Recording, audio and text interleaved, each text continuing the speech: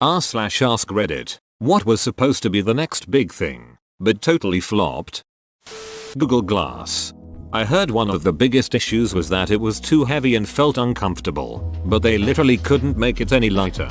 I was creeped out by the commercials where that one guy identified a bartender's face and looked up her Facebook to get details on her interests before hitting on her by using his Google Glass. Edit. I cannot find the commercial, so it may have been, as comments said, a spoof. I have a pretty distinct memory of my father and I watching it on normal TV as a commercial and both of us looking horrified at the end because it was playing off as Google Glass making you suave and smooth. So maybe I am mixing up the memory. 3D TV. Clearly remember thinking, these companies have lost their ducking minds. There's practically nothing 3D to watch. TV shows weren't available in 3D and weren't about to be filmed in 3D. Catalogs of old favorites would never be 3D. It's like the entire 3D industry was made for Avatar, which, while a little bit neat, I never intended to watch a second time. Reminded me of all the bullshit hype surrounding DVDs at first. Like I could watch a scene from Terminator 2 from any angle I wanted. Like I'd be able to watch any movie scene from any angle I wanted. Never ever saw that feature utilized. Edit. Thank you for the helpful feedback on multi-angle viewing. Clearly, I did not watch enough porn DVDs. The any angle feature of DVD was a hugely touted feature and I think I only saw it on the DVD for the remake of my favorite Martian. Google Plus was supposed to be the answer to Facebook.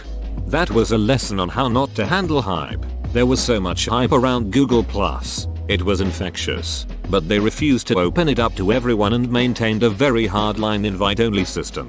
Even once hype had peaked and there was a notable decline, still they maintained a small invite-only system.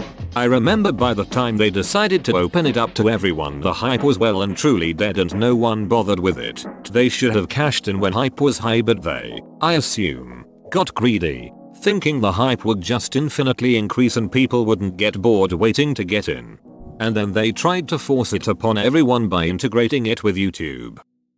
From what I've gathered in this thread, Google threw a lot of shit to see if it would stickle mayo.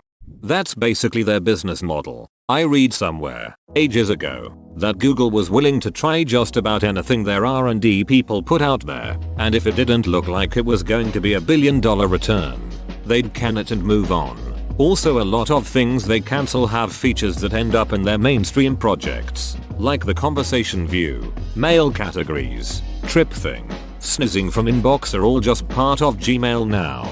I was at a conference about 12 years ago. Google presented a trial they were running in Africa because there was still very low percentage of smartphones and internet. So they had a call-in service where people could call a number and ask for information in their local dialect. The operator would Google search it in English and translate the answer back to them in their native language. Not entirely relevant, but I like the trend where everybody wanted the smallest cell phone possible. For 20 years cell phones got smaller and smaller, often being the main selling point of the phone. Then all of a sudden you couldn't watch videos on your phone, and almost overnight the trend reversed to larger is better. Now I want to watch Zoolander. His phone was hilariously small.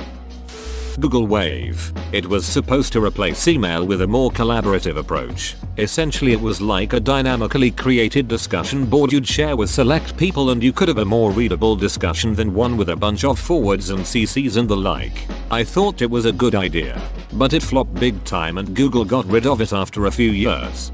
This was by far the best collaborative platform for planning trips I have experienced. I took a lot of backpacking trips, and we could all combine research, having a collected map, take stock of inventory etc in one place. Now I see people putting that stuff into a Google Doc and it kind of sucks by comparison.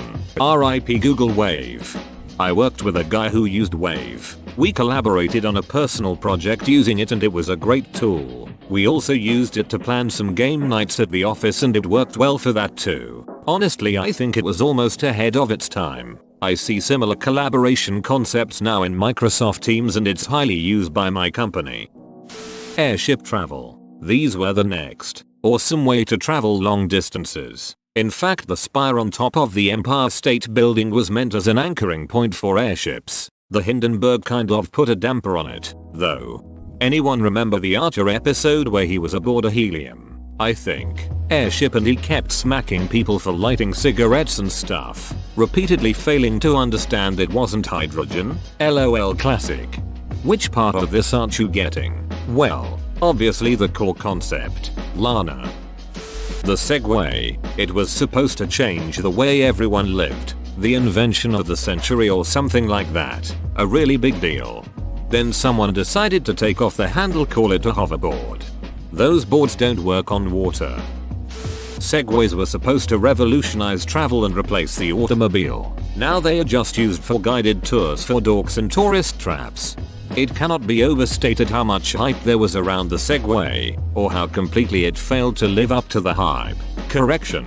The number of replies to this comment have forced me to consider that it can be overstated.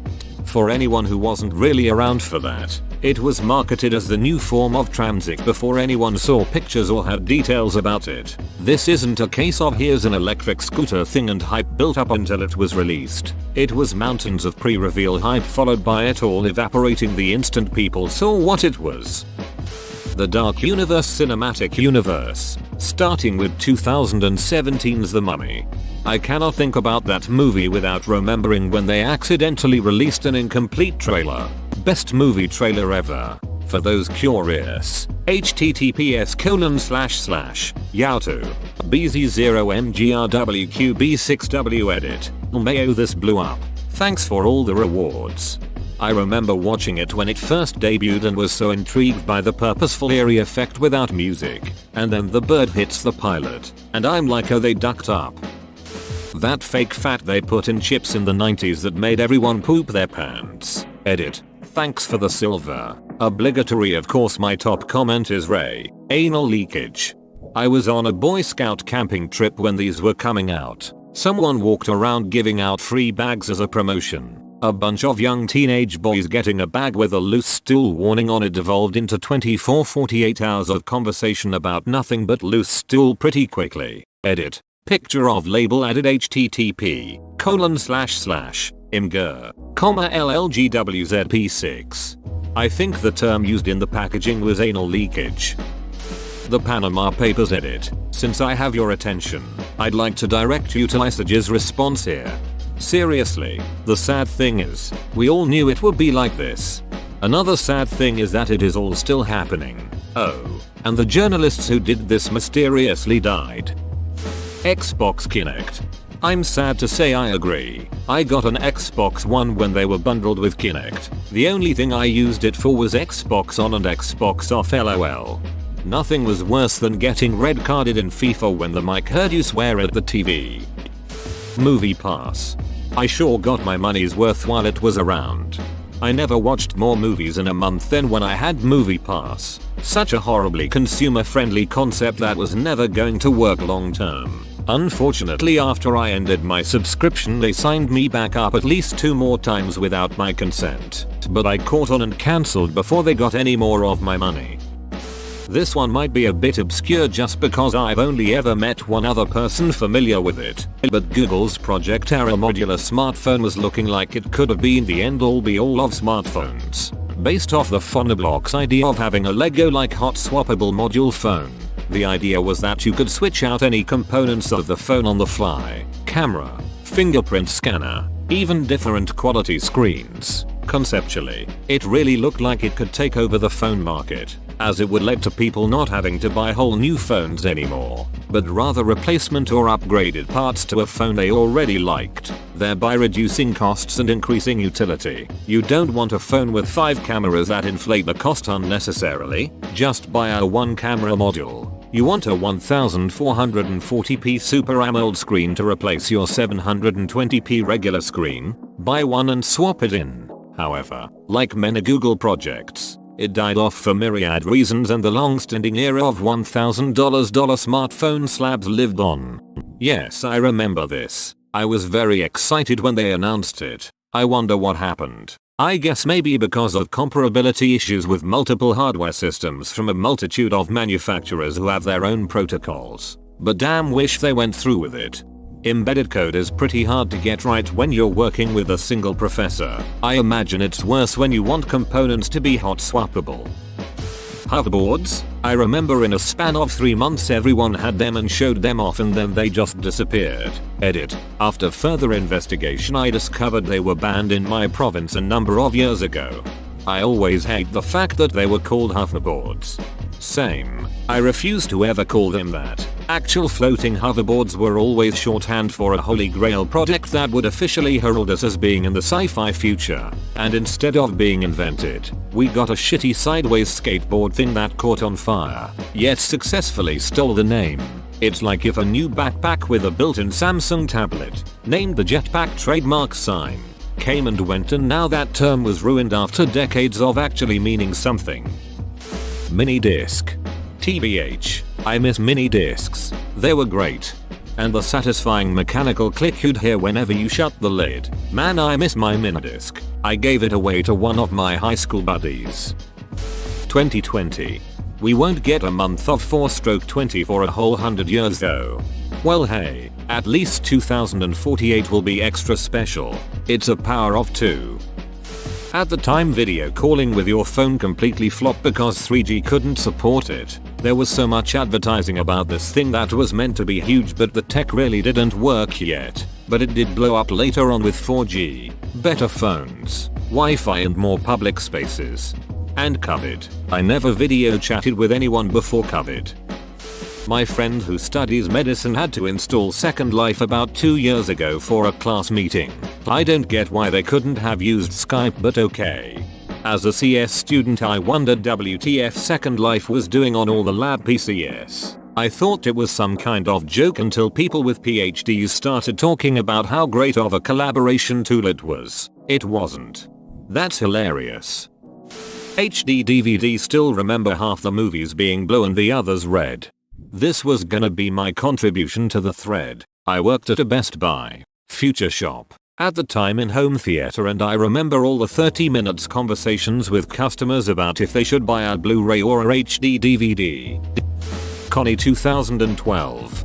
What? Sharing a video on Facebook doesn't end the use of child soldiers?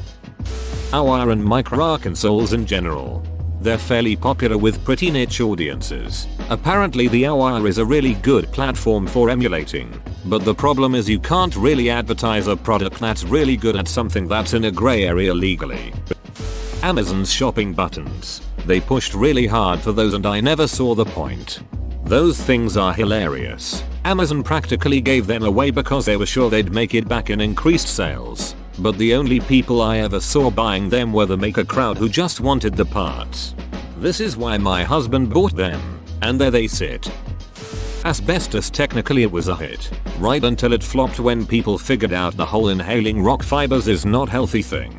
Not to mention that asbestos is damn near indestructible. Its inability to be broken down is what was causing the health issues.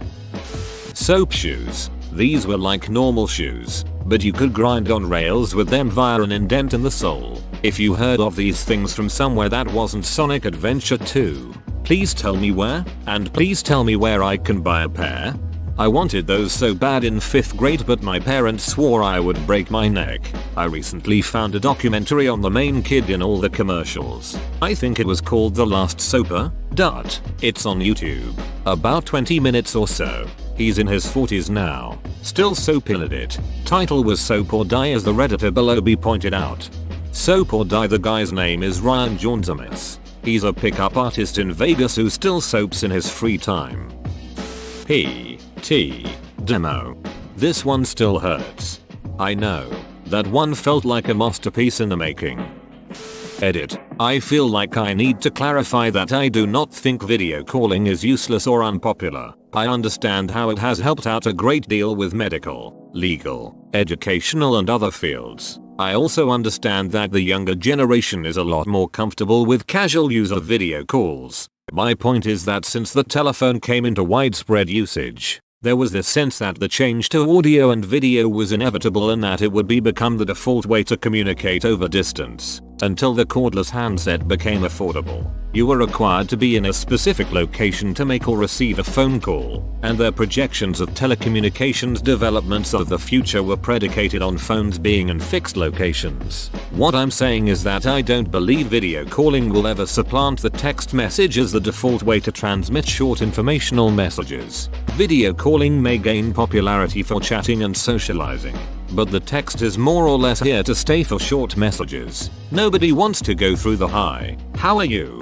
I'm fine. Did you see that thing?" So, the reason I called is preliminary thing for simple informative statements. If you go all the way back to the 1930s through the 2000s, there was this assumption that the public wanted video calling and wanted it to be the default method of contacting people. This was completely backward from the truth. The overwhelming popularity of SMS text messaging demonstrated that the public wanted less, not more. Not saying that video conferencing doesn't have advantages or uses and isn't popular in those spheres, but the idea of a video call being the default form of contact is something futurists assumed would be reality that never came to be. We definitely have the technology for it. There's just no need to physically lock eyes with someone, or even have to hear them, just to tell them to get milk. Whoa, you made it to the end? You're a ducking beast. I'll cut you a deal. Smash like and subscribe for more curated content, bruh. It's free and that's a great price.